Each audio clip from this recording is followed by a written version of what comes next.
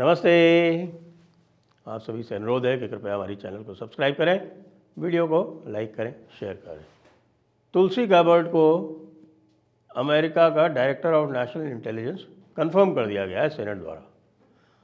और हमारे कुछ लोग जो हैं वो ये कह रहे हैं कि साहब कि ये जो है ये मोदी जी के कारण हुआ है, क्योंकि मोदी जी अमेरिका पहुंचते ही तुलसी जी का कंफर्मेशन आ गया। अब ये बड़ी अजीब सी बात है और इस पर आप लोग बिल्कुल ध्यान ना दें, लेकिन बात इसलिए कह रहा हूँ मैं क्योंकि कल जो इंडिया टुडे का 6 महीने का मूड ऑफ द नेशन सर्वे आता है, वो सर्वे आया और उसमें एक प्रश्न यही पूछा गया। उसमें ये पूछा गया कि साहब कि ट्रंप कैसा रहेगा। मुझे ये समझ में नहीं आया कि भाई मूड ऑफ द नेशन सर्वे में ट्रंप कैसा रहेगा भारत के लिए, वो लोगों से पूछने का क्या अर्थ है, जिसमें 47% ने कहा कि अच्छा नहीं रहेगा, 38 ने कहा, 39 ने कहा कि अच्छा रहेगा। तो मूड ऑफ द नेशन सर्वे जो है वो लगातार गलत होता आया है। लगातार गलत इसलिए होता आया है कि 2019 में जो भी उन्होंने प्रेडिक्ट किया था, तो उन्होंने कोई 250 के आसपास सीटें दी थी भारतीय जनता पार्टी को, तो उनकी 303 आई। इस बार उन्होंने 260-65 दी थी, तो पता चला 240 आई। लेकिन ठीक है, फिर भी अच्छा खासा बैरोमीटर दे देता है और उससे ये पता चल रहा है कि भारतीय जनता पार्टी जो एक मोदी के नेतृत्व में एक निचले स्तर पर पहुंच गई थी 240 पे, उसने बहुत अच्छा रिकवर किया है। अच्छा, वो रिकवरी दिख रही है।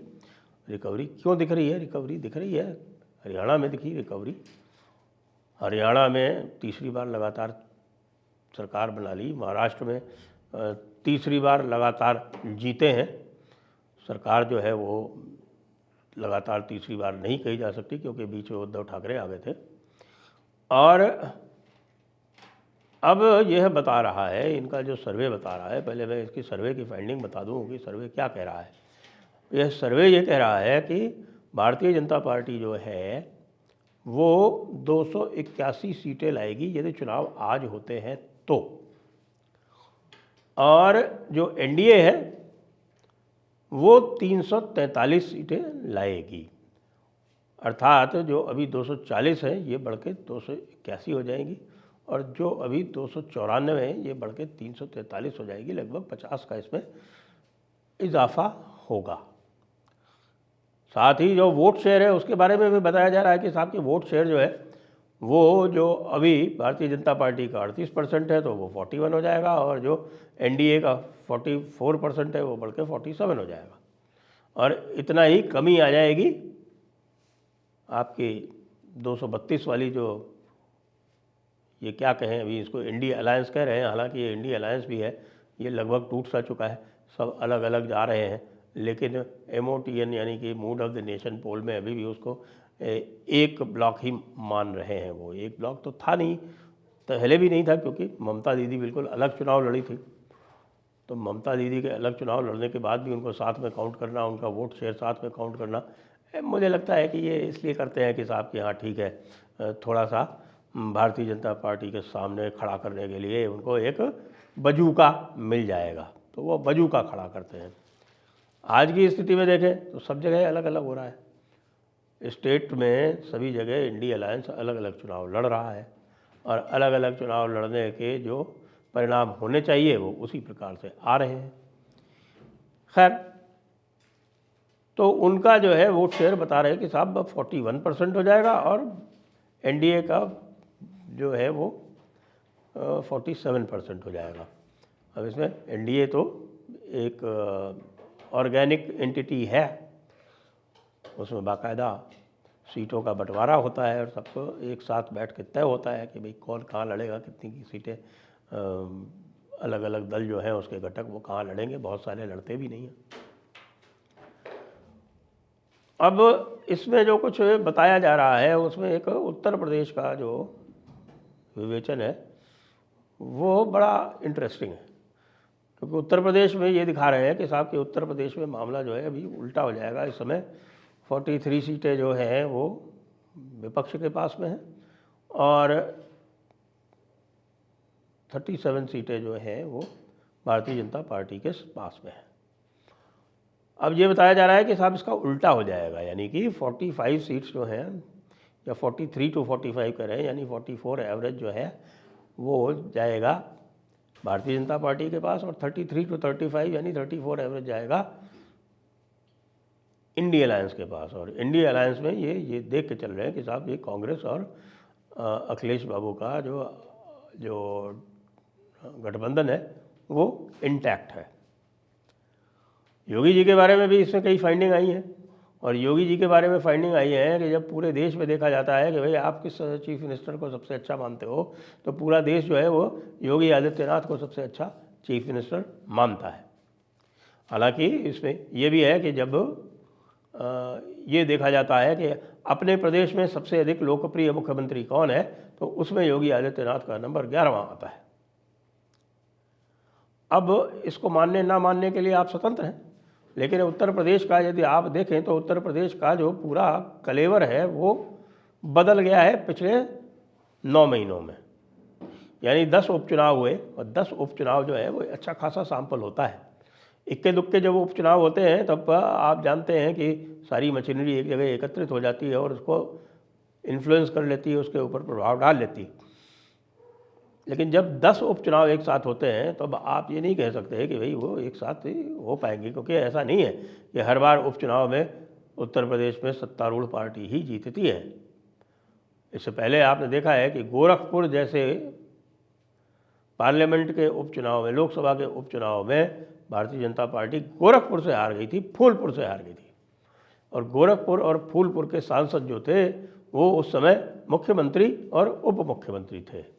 इसी प्रकार से पिछली बार घोसी विधानसभा के उपचुनाव में भारतीय जनता पार्टी हार गई थी, जबकि दारा सिंह चौहान बड़े इन्फ्लुएंशियल और पुराने नौनुआ चौहान जाति के एक लीडर हुआ करते हैं, और वो चुनाव रिज़ाइन करके बाई इलेक्शन लड़े भारतीय जनता पार्टी से और हार गए। ऐसा हुआ।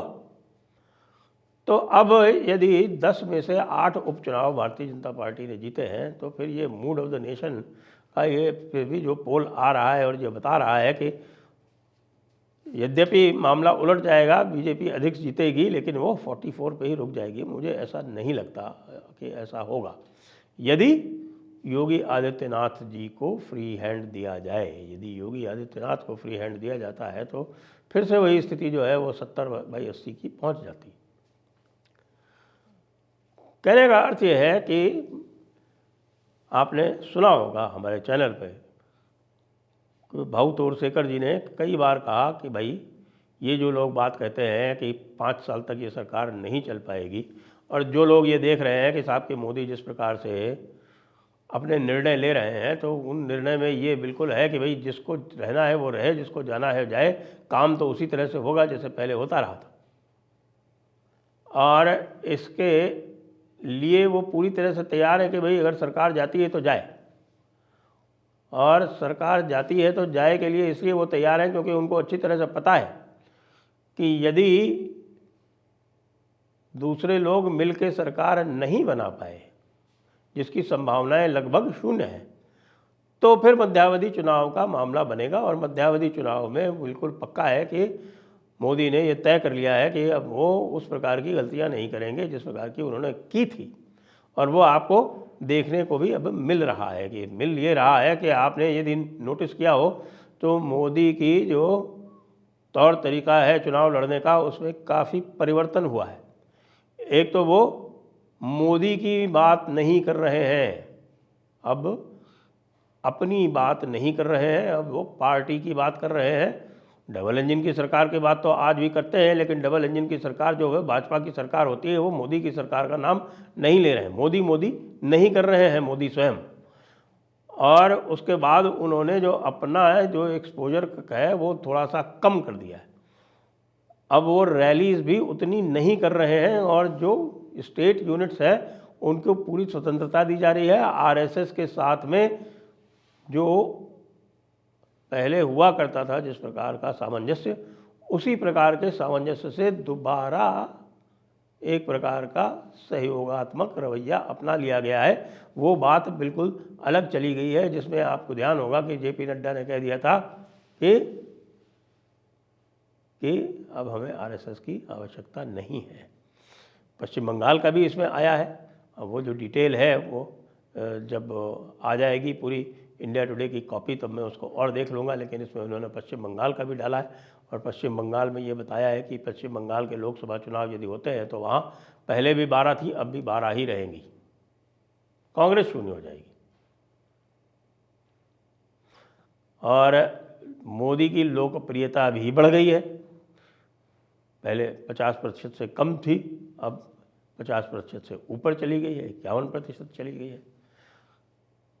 तो इससे ये पूरी तरह से सिद्ध हो जाता है कि विपक्ष जो कुछ गीत गा रहा है और जो कुछ आरोप लगा रहा है कि देखिए ये जो कुछ हो रहा है वो सरकारी तंत्र के दुरुपयोग से हो रहा है, या कि इलेक्शन कमीशन जो है वो मिल गया है, और या कि भाई योगी आदित्यनाथ ने पूरी तरह से प्रशासन का दुरुपयोग किया है, इत्यादि इत्यादि, ये जो सारी बातें हैं इन पर पानी फिर जाता है। और यह सिद्ध स्पष्ट रूप से होता है कि जो कुछ भी आप देख रहे हैं वो इस बात का साक्ष्य है कि भारतीय जनता पार्टी ने ग्राउंड पर मेहनत करके जो परिणाम था उसको बदल दिया है।